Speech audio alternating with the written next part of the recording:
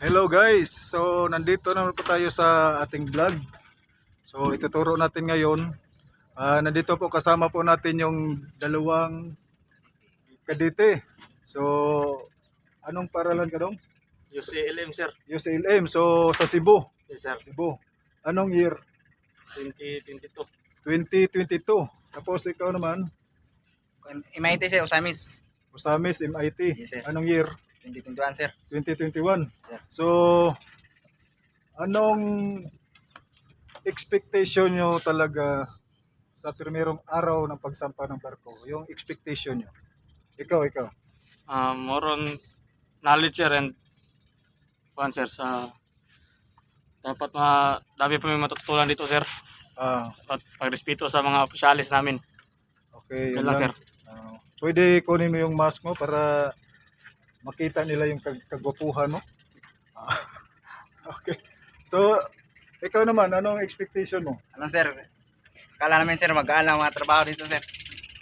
Tapos, Pero pamalawa sir, mahirap. mahirap. So, anong mas maganda? Mahirap o yung masarap? Yung mahirap. Yung mahirap sir.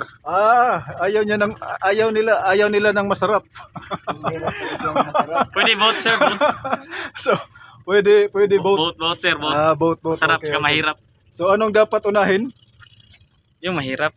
Yung mahirap. Bago masarap. Bago yung masarap Okay. sir. So, sa primerong araw nyo rito sa barko, anong dapat nyong gawin? So, kailangan ituro niyo rin to sa mga bagong kadete, yung mga susunod sa inyo. So, anong may payo mo sa kanila? Dapat kayo guys, pag nakasampa na kayo, dapat unahin nyo talaga yung safety nyo. Okay? Tapos yung mga gagawin nyo yung mga napagawa ng opisyalis sa inyo, dapat gawin nyo, sundin nyo kung anong yung pinagawa sa inyo. Okay. Yun na sir. Okay, tapos ikaw anong masabi mo? Kwan sir, ano sir, katulad sa sinabi ni Joel sir, yun din ang gagawin sir. Hindi na gagawin. Wala sir. Safety first Yun lang, talaga. sir. Safety first talaga sir. So ngayon guys, ituturo ko sa kanila paano ang paraan, safety na paraan ng halimbawa yung barko papunta na sa pantalan or yung mga mooring lines natin na lubid, ano ang dapat gagawin para maging safety ang lahat.